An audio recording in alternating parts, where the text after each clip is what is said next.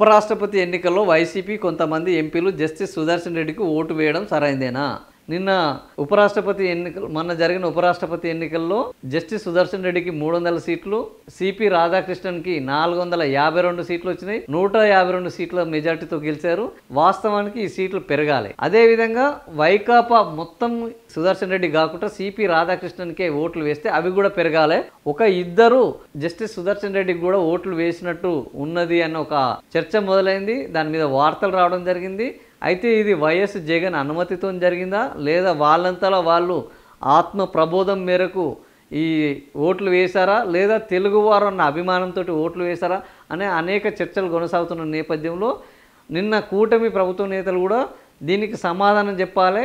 వైకాపా నేతలు జస్టిస్ సుదర్శన్ రెడ్డికి ఎందుకు ఓటు వేసినట్టు, సో వీళ్ళు కూటమికి మద్దతు పలికారు, ఇటు వీళ్ళకు మద్దతు పలికారు. ఇలా ద్వంద్వ విధానం మీద వాళ్ళు ప్రశ్నించారు. సో ఈ నేపథ్యంలో రాష్ట్రపతి ఎన్నికల్లో వైసీపీ ఎంపీలు సుదర్శన్ రెడ్డికి ఓటు వేయడం సరైందేనా అని ప్రజల అభిప్రాయాన్ని కోరితే 6200 మంది వీళ్ళు జస్టిస్ సుదర్శన్ రెడ్డికి ఓటు వేయడం సరైందే అని 61% మంది మెజారిటీ వాళ్ళ అభిప్రాయం చెప్తున్నారు. సో ఓవరాల్గా చాలామంది జస్టిస్ సుదర్శన్ రెడ్డికి తెలుగు రాష్ట్రాల్లోని ప్రజలు తెలుగు రాష్ట్రాల్లోని పార్టీలు ఓట్లు వేయాలనుకున్నాయి. కానీ యూరియా పేరు చెప్పి బీఆర్ఎస్ పక్కన పోయింది ఓటు వేయకుండా. రాజకీయమే ముఖ్యము, కూటమి ధర్మమే ప్రధానము, రాష్ట్ర అభివృద్ధి మా లక్ష్యము అన్న పద్ధతిలో కూటమి సర్కారు మొత్తం కూడా ఎన్డీఏకే ఓటు వేయడం జరిగింది. కానీ జనాలు అదేవిధంగా వైకాపా కూడా ఎన్డీఏకి మద్దతు ఇవ్వడం, మెజార్టీకి మద్దతు ఇవ్వడం జరిగింది. కానీ రాష్ట్ర ప్రజలు ఎక్కువ మంది నిజంగా కూడా వీళ్ళు మద్దతు ఇచ్చినట్టే మిగిలిన వాళ్ళు కూడా మద్దతు ఇస్తే బాగుండు అని కోరుకుంటున్నారు. దానికి నిదర్శనమే ఈ పోలింగ్ మనకు స్పష్టంగా అవపడుతుంది.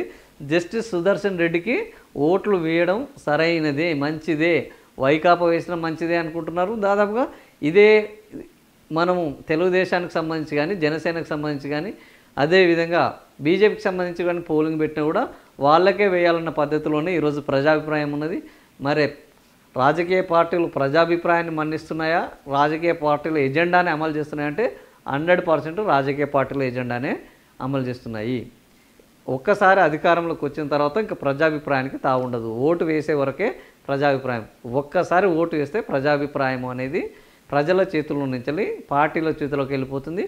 అప్పుడు వాళ్ళు చేసిందే చట్టము, వాళ్ళు చెప్పిందే ధర్మము, వాళ్ళు ఆచరించిందే వేదం. ఈ పద్ధతిలో రాజకీయాలు కొనసాగుతాయి, ప్రభుత్వాలు కొనసాగుతాయి. ప్రజల యొక్క అభిప్రాయం మాత్రము సుదర్శన్ రెడ్డికి ఓటు వేయడం సమంజసమే అనేది. దీన్ని మరి ఆంధ్రప్రదేశ్ ప్రభుత్వం ఆలోచించాలి. ఏం ఆలోచిస్తుందో చూడాలి.